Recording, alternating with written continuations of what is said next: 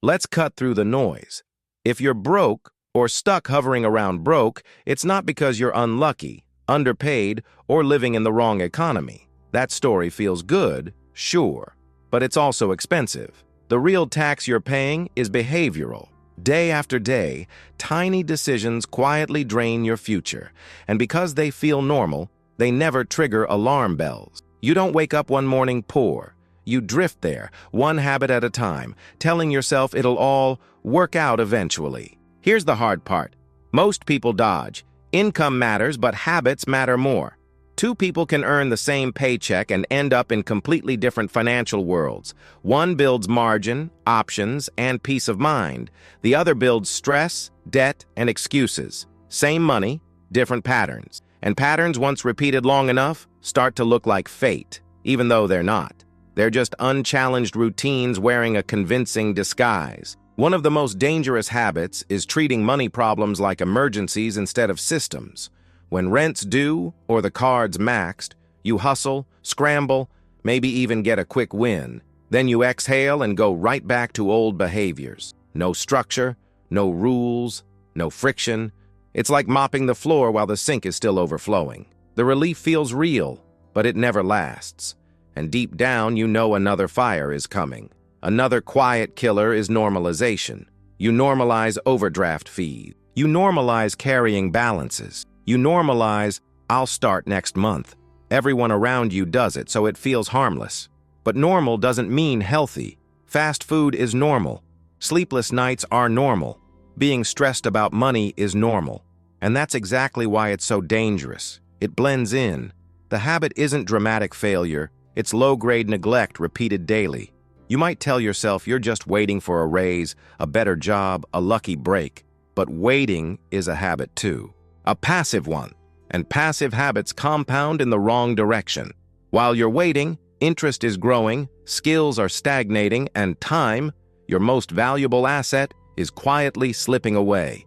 The cost isn't obvious today, but 5 years from now it shows up loud and clear. Think about this.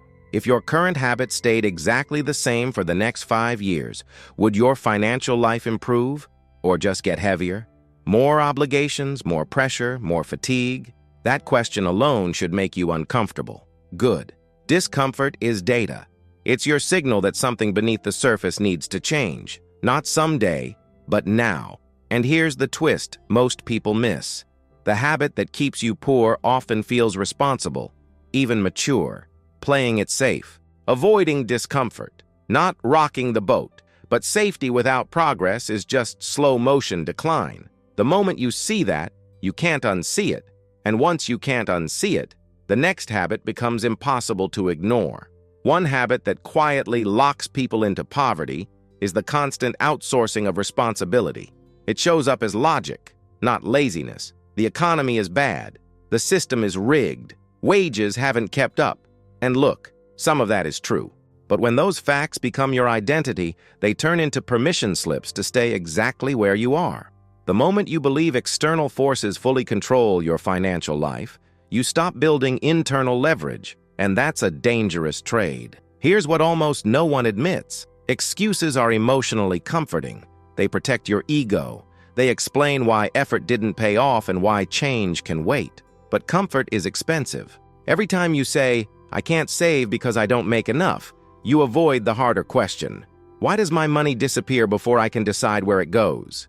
That question forces ownership, and ownership is uncomfortable, but it's also where power lives. A simple example makes this obvious. Two people both say they're broke. One tracks every dollar for 30 days and feels exposed, even embarrassed. The other refuses because it feels restrictive. Guess who changes first? Awareness feels like pressure before it feels like freedom.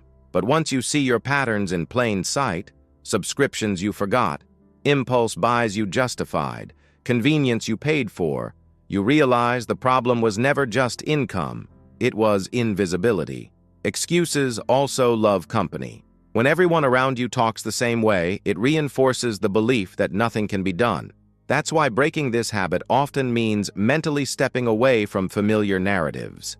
Not judging them, just not letting them drive your decisions. You don't need perfect conditions to make progress. You need clarity and consistency, and clarity only shows up when excuses stop talking. Once responsibility shifts back into your hands, something strange happens. You don't feel weaker.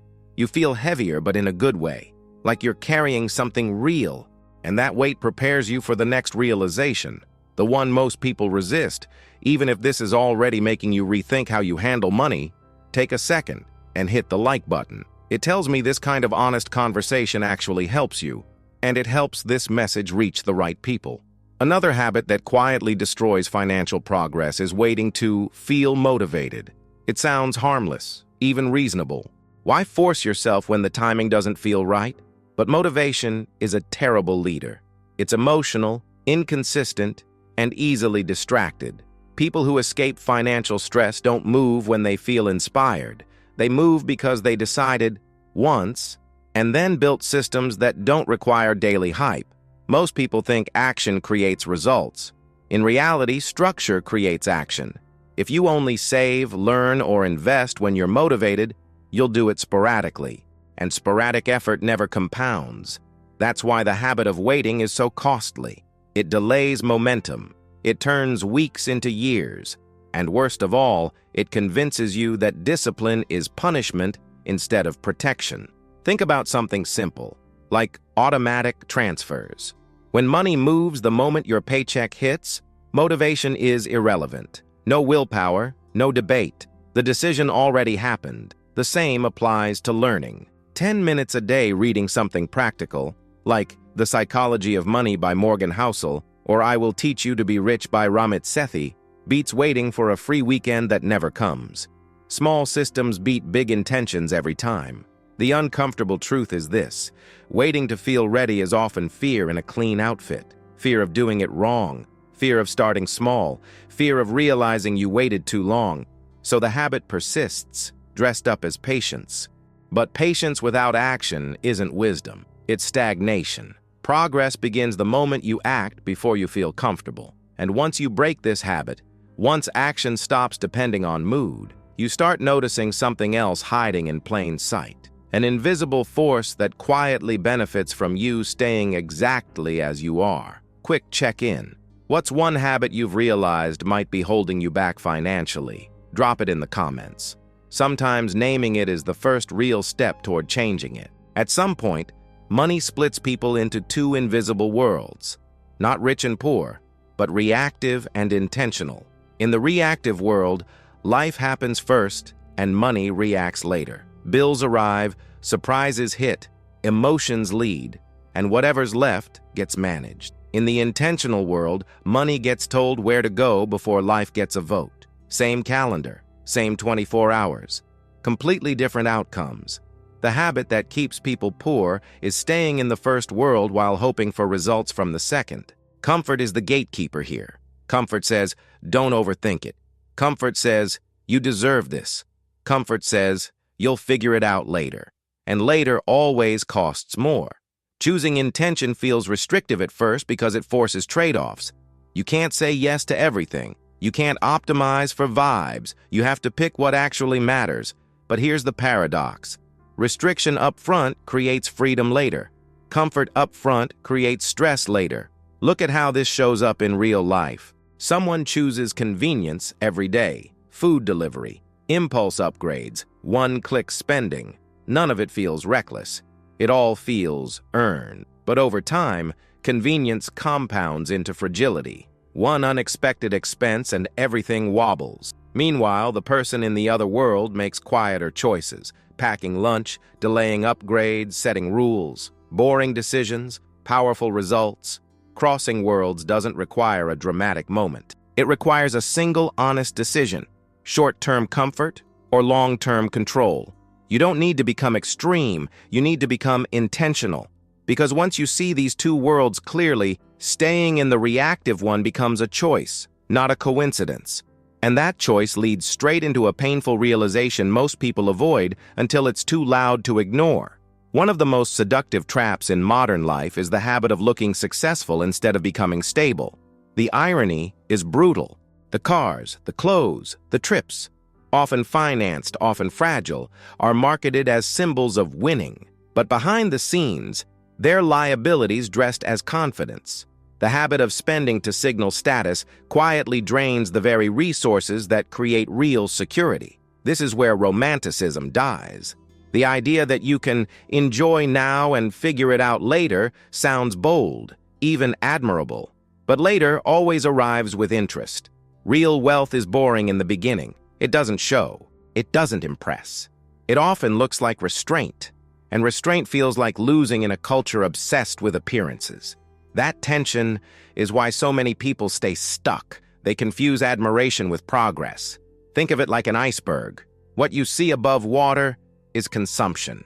What matters below is margin, cash flow, low fixed costs, flexibility. The habit of chasing the visible part starves the invisible foundation. Meanwhile, people who quietly build margin gain something priceless: options. They can leave bad jobs, handle emergencies, invest when opportunities appear. That's real power, even if no one claps for it. The shift here is internal. You stop asking, "Can I afford the payment?" and start asking, "Does this increase or reduce my freedom?" That single question changes everything. And once freedom becomes the metric, a new enemy comes into focus.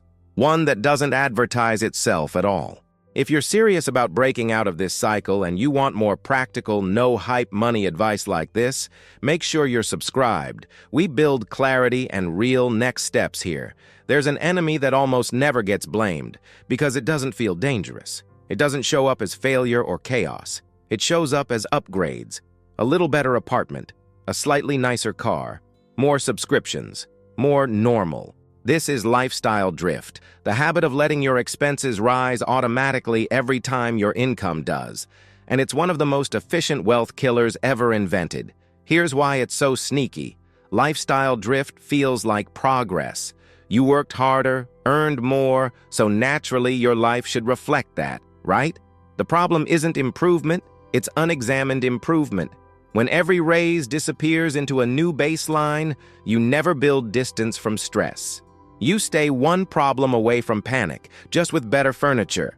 Same pressure, different packaging. People don't notice this happening because it's gradual. No single decision ruins you. It's death by 1,000, it's just this once moments. The solution isn't to punish yourself or live like a monk. It's to set rules before the money arrives.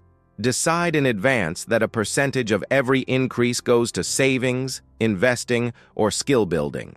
When rules exist, drift loses power. Once you tame this villain, money starts doing something new. It stops vanishing and starts stacking. And that stacking leads you to a realization most people never reach. Wealth is built in places that don't feel exciting at all. Here's a truth that rarely gets likes, but always gets results. Building financial stability is boring, repetitive, unsexy, and that's exactly why it works. The habit that frees you is learning to respect boredom instead of running from it. Because boredom usually means the system is working. People want breakthroughs, big wins, overnight changes. But money doesn't move that way for most people. It moves quietly. Automatic transfers, monthly investments, weekly reviews, same actions, over and over. The magic isn't in intensity, it's in repetition. Once you accept that, progress stops feeling heavy and starts feeling inevitable. Think of it like brushing your teeth. You don't wait for motivation, you don't track daily excitement.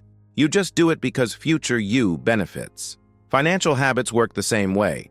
When saving, learning, and investing become routine, they stop draining energy. They free it. You stop negotiating with yourself every day. And here's the surprising part. Boredom creates confidence. When nothing dramatic is happening, you're less emotional. You make clearer decisions. You stop reacting and start directing. That calm is a signal. You're finally playing the long game. And once the long game clicks, something shifts internally that most people never experience. Before you go, I want to know, what's the one change you're actually willing to commit to after watching this? Write it in the comments. And if you want to keep learning how to build real financial control, not just motivation, subscribe and turn on notifications. This is where the long-term shift starts.